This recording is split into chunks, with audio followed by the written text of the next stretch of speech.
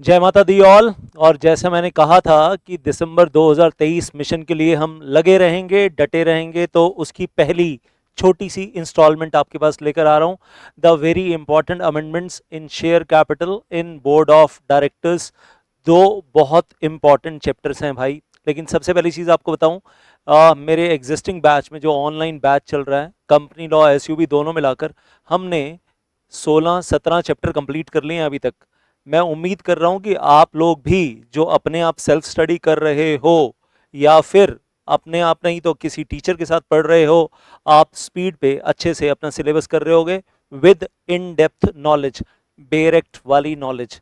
तो please please please लगे रहना, पढ़ाई करते रहना।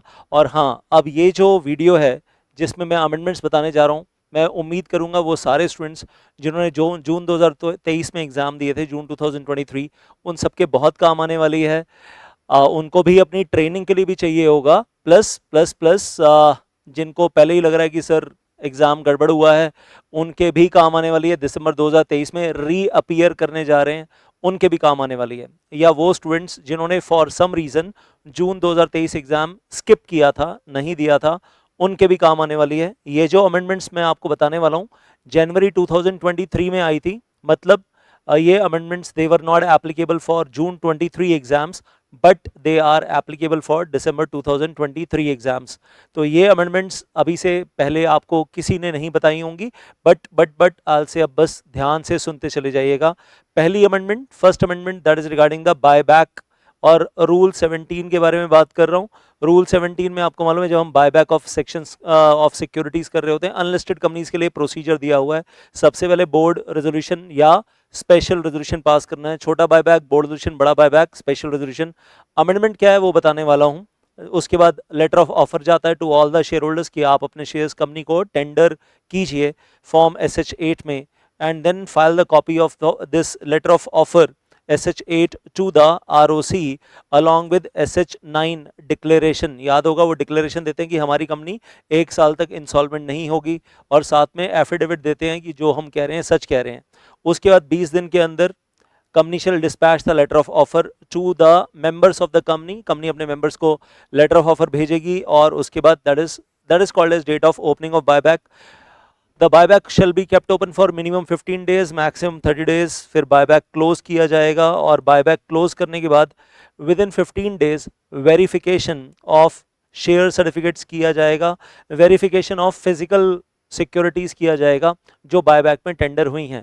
और फिजिकल फॉर्म में टेंडर करना आज की तारीख में भी अलाउड है। आई होप कि आपको कोई कंफ्यूजन इसमें नहीं है। फिजिकल फॉर्म में पब्लिक कंपनीज में ट्रांसफर करना मना है, लेकिन बायबैक में टेंडर करना मना नहीं है। देन आई से वेरिफिकेशन कंप्लीट होने के बाद with in 7 days share certificates destroy कर दिए जाते हैं, और साइमल्टेनियसली शेयर होल्डर्स की पेमेंट्स कर दी जाती हैं, उनकी पेमेंट्स वगैरह कर दी जाती हैं। यहाँ तक आपको याद होगा कि हाँ ये प्रोसीजर था। इसके बाद फाइनल स्टेज पे अमेंडमेंट हो गई है। हम कह रहे हैं कि वो फाइनली शेयर्स डिस्ट्रॉय करने के बाद, सबकी पेमेंट करने के बाद विद इन 30 डेज, पहले पुराना प्रोविजन और नया अब आपको एक साथ दिखाई देगा amended provision.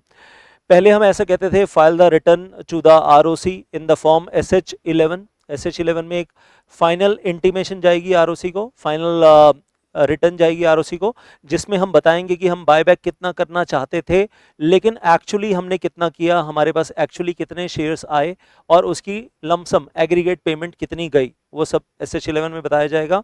And that is with in 30 days. और उसके साथ फॉर्म SH15 पहले जाया करता था, और उसमें क्या जाता था, कंप्लायंस सर्टिफिकेट, जिसमें कंपनी के बोर्ड ऑफ डायरेक्टर्स कहते थे कि जो भी प्रोसीजर हमने फॉलो किया है बायबैक का, उसमें हमने लीगल कंप्लायंस पूरा किया है, सेक्शन 68, 69, 70 और ये रूल्स हमने फुल्ली कंप्लाई किए हैं। अब ये फॉर्म नंबर 15 एबॉलिश कर दिया गया है, वो कंप्लायंस सर्टिफिकेट फॉर्म 15 एबॉलिश कर दिया गया है। उसकी जगह अब क्या कर दिया गया है, लेटेस्ट अमेंडमेंट जनवरी 2023 में जो आई है, फॉर्म SH11 जो आप फाइनल रिटर्न फाइल कर रहे हो, उसके अंदर ही ये कंप्लायंस सर्टिफिकेट ले लिया गया है। और फॉर्म SH11 को साइन कौन करेगा, will be signed by 2 directors, one of whom shall be managing director if any, अगर कंपनी में एमडी है तो, अगर एमडी नहीं है तो कोई बात नहीं, कोई भी दो डायरेक्टर साइन करेंगे और क्या मेंशन करेंगे यहां पर, क्या लिखेंगे, सर्टिफाइंग दैट, क्या सर्टिफाई कर रहे हैं, फॉर्म SH11 के अंदर सर्टिफाई करेंगे that the buyback is made in compliance with the legal provisions of section 68, 69, 70 or other relevant provisions and the rules made there under. तो वो सब कुछ प्रॉपरली कंप्लाई किया गया है।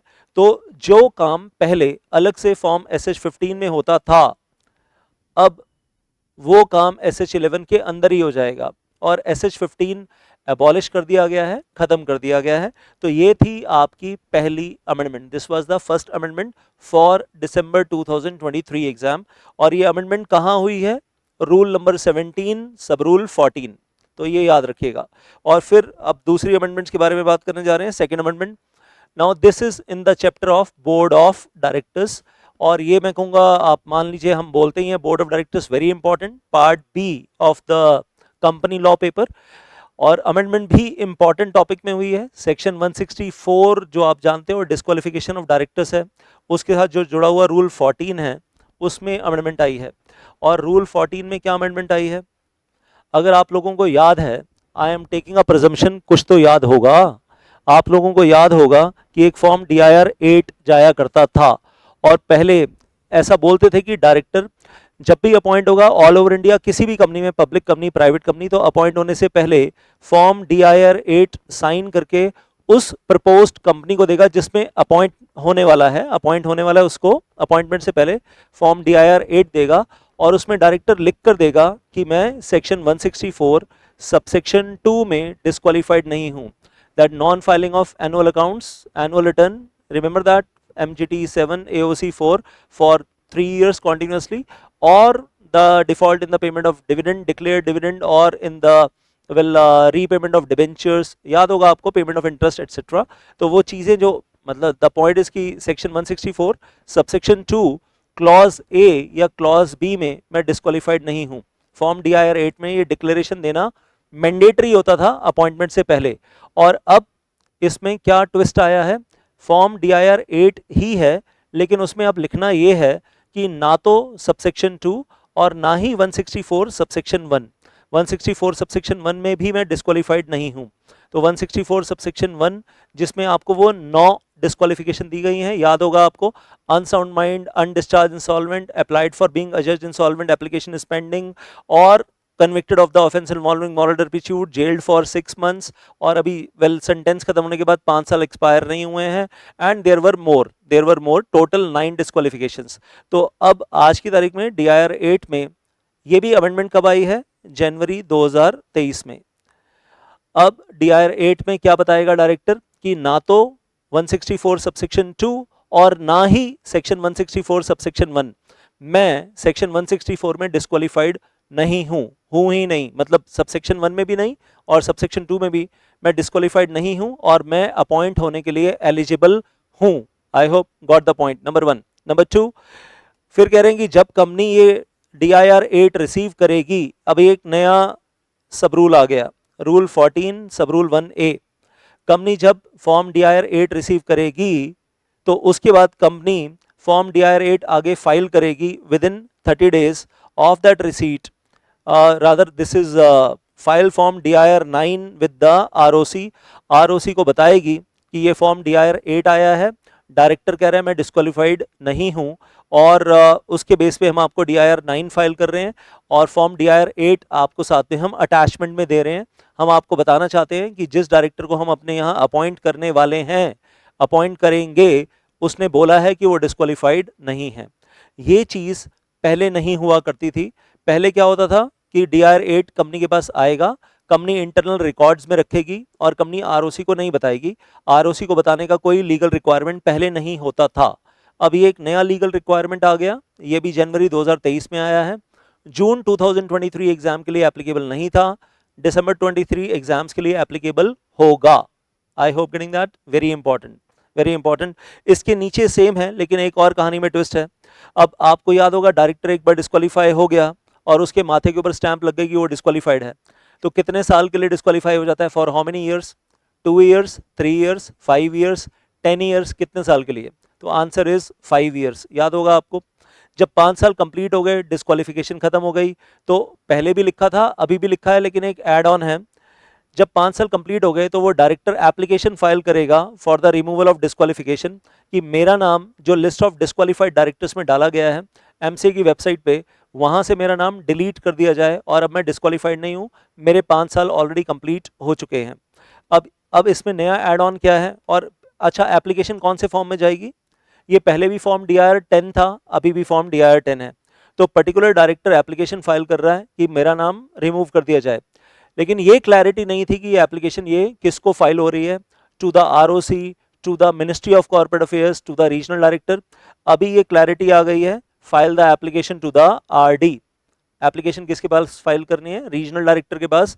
और आपको मालूम है इंडिया में देयर आर 7 RDs, जिनको मतलब all over India territory wise allocation दे दिया गया है, स्टेट वाइज उनको एलोकेशन दे दिया गया है। और एक आरडी के मतलब एक आरडी के पास मल्टीपल स्टेट्स होती हैं, तो वो मल्टीपल स्टेट्स या मल्टीपल ROCs उसके अंडर सुपरविजन में काम करते हैं।